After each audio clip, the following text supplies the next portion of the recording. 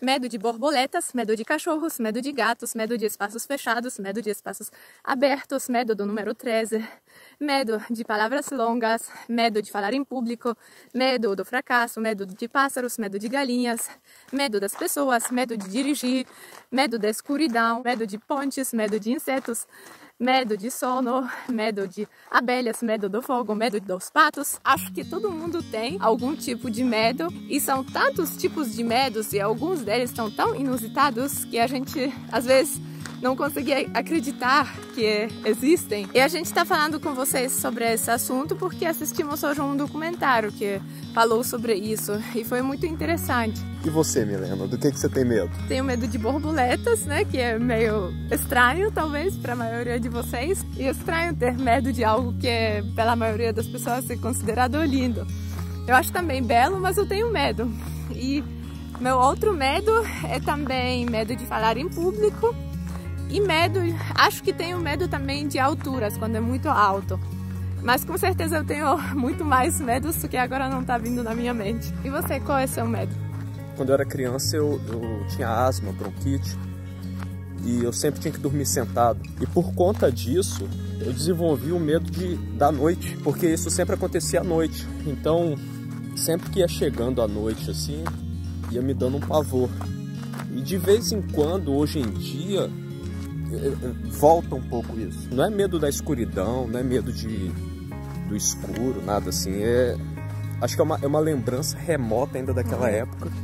Então, em alguns momentos, quando vai anoitecendo, vai me dando uma sensação de, sei lá, de pavor até. Porque, para quem tem asma, de certa forma, é uma sensação de que você não vai viver, né? Que você está puxando o ar. O estranho que eu achei em você é que você tem medo da água e ao mesmo tempo você ama a água. Foi a mesma coisa. Na infância eu me afoguei num lago. Eu lembro exatamente as pessoas que estavam lá, sabe? A lembrança está muito viva. Eu tenho pânico de água, mas ao mesmo tempo eu adoro nadar. Eu nadava na praia, no mar, pegava onda.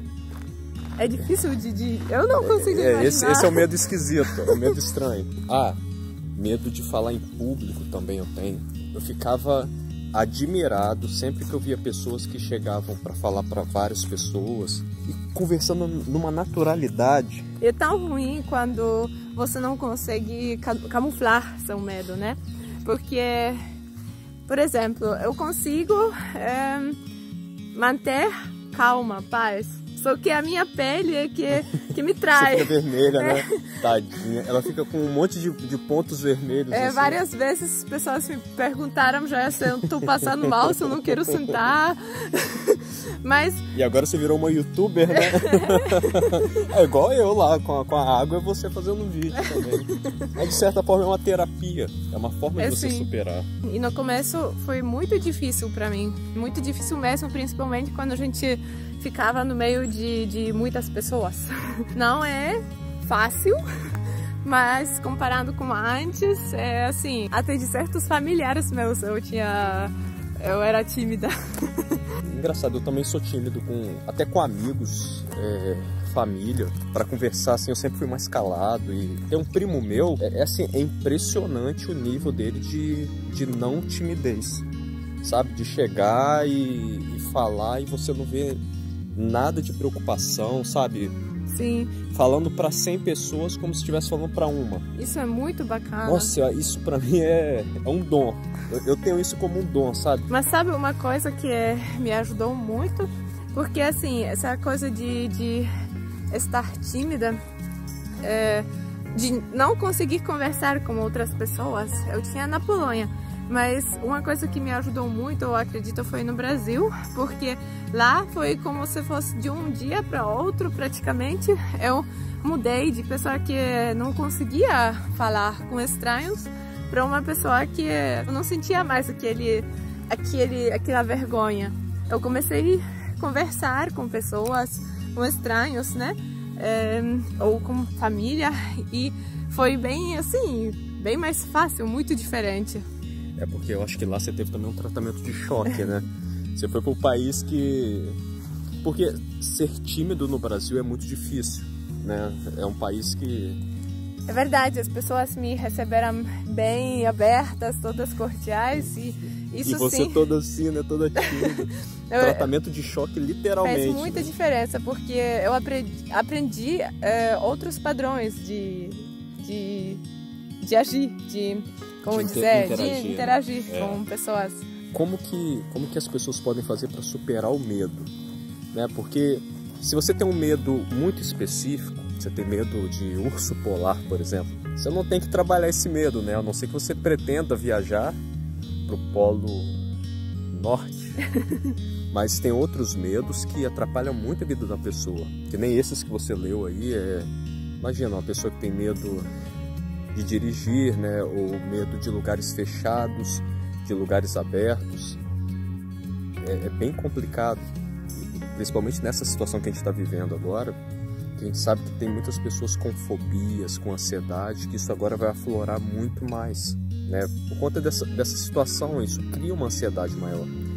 E a ansiedade, ela é gatilho para essas fobias. Então é até um tema bacana para a gente conversar, até para vocês nos comentários falarem se vocês têm alguma fobia, um medo, e como que vocês trabalham esse medo, como que vocês estão fazendo para superar isso. É bacana, a gente queria como se fosse um grupo de ideias, né? De repente alguém lê e fala, poxa, eu não tentei isso aqui seria bacana eu tentar. Eu acho importante porque muitas pessoas se sentem pior quando elas têm algum medo e quando acham que esse medo é algo estranho, ou que elas não deveriam ter, Algo bobo, né? Ou algo bobo, ou que isso significa que elas sejam mais fracas. Até porque eu acho que todo mundo tem algum tipo de medo, mas mesmo se não fosse todo mundo, o nosso ser, nossa personalidade, as experiências que a gente teve ao longo da nossa vida, traumas, coisas tudo que ficou nos construindo, que não podemos ficar avaliando a pessoa por conta do medo dela ou algum problema que ela tem. Com certeza. O medo, ele parece assim, fazendo uma metáfora, não é isso, mas usando como uma metáfora, é como se fosse uma alergia. É uma interpretação, porque o que é uma alergia? Quando eu, por exemplo, tenho alergia a camarão. Se eu comer camarão, o camarão em si, ele não faz mal para o corpo humano. Mas o meu corpo interpreta errado o camarão. Ele acha que aquilo é uma ameaça e por conta disso ele gera a alergia. Então o medo também é uma interpretação errada. Claro que assim, se você tem medo de uma coisa que é de fato perigosa, é normal. É normal, né? Não é uma interpretação errada. Sim. Até no nosso meio que a gente anda, né? Às vezes temos alguém, um conhecido ou algo assim, que ele não entende o seu medo que você tem, um nojo extremo de alguma coisa que você tem. Esses medos assim que nos atrapalham muito a nossa vida, deveríamos tentar tratar, né? Para facilitar a nossa vida. Mas eu acho também importante as pessoas que conhecem alguém que tem algum tipo de medo assim, que eles mostrem compreensão também, né? E uma coisa que a gente viu também de diferente, não é com relação a medo, mas é uma coisa curiosa. A gente estava vendo sobre alergias diferentes. Tem pessoas que têm alergia à água e a sinal de Wi-Fi. É a primeira vez que eu vi isso sobre Wi-Fi ou sobre a água, principalmente a água, né? Como que a pessoa toma banho, como que ela vive, porque a água é tão importante. E sempre tá, né, ao nosso redor, para dizer. Imagina assim. Como, se bem que daqui a pouco eu acho que o Wi-Fi vai estar mais presente na nossa vida até do que a água, né? Inclusive teve uma mulher da França, eu não sei, que o governo, ela entrou com um processo, porque na cidade dela ela tinha alergia ao Wi-Fi, a sinal de Wi-Fi. E o governo ajudou ela a ir para uma área, um lugar bem isolado, que não tinha sinal de Wi-Fi. E ela tem que viver lá. Imagina, se a pessoa estiver aqui para a cidade... Caramba! Como é difícil a vida. Às vezes a gente não para pensar que tanto alergia quanto medo é um certo tipo de limitação, dependendo de quanto a coisa é presente na nossa vida diária, tanto mais... Né? Por exemplo, se você tem alergia à água, você vai ser muito, você vai estar muito mais, está muito mais limitado do que alguém que tem alergia a amendoim, por exemplo, né? Amendoim dá para evitar mais fácil.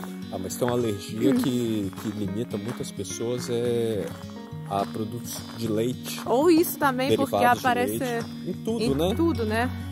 Então, e os medos também, como a gente já disse, tem uns medos que nos incomodam, atrapalham muito na vida. E tem o outro lado disso, que são as pessoas que normalmente não têm medo de coisas que são arriscadas. Teve um cara uma vez que eu assisti, ele pulou sem paraquedas. O amigo dele pulou primeiro, com o paraquedas dele na mão. Ele pulou em seguida, sem nenhum paraquedas. E no ar, ele foi até o cara, pegou o paraquedas e abriu. Nossa. Sabe, isso aí eu não sei, talvez isso também seja um tipo de alergia contrária, né? Ele não consegue perceber o que normalmente uma pessoa percebe. Talvez também talvez a coragem seja uma não alergia a algo que te entra no corpo e te faz mal. Mas aí, pessoal, escrevem nos comentários que tipo de medos vocês têm, e se vocês têm também algum medo estranho igual o meu, de borboletas, né?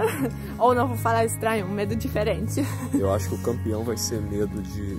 Vamos apostar. Acho que a maioria deve ter medo ou de barata, cobra, aranha, altura. Então, pessoal, a gente vai acabando aqui porque já tá bem escuro. E a gente se vê no próximo vídeo. Tchau! Tchau, pessoal!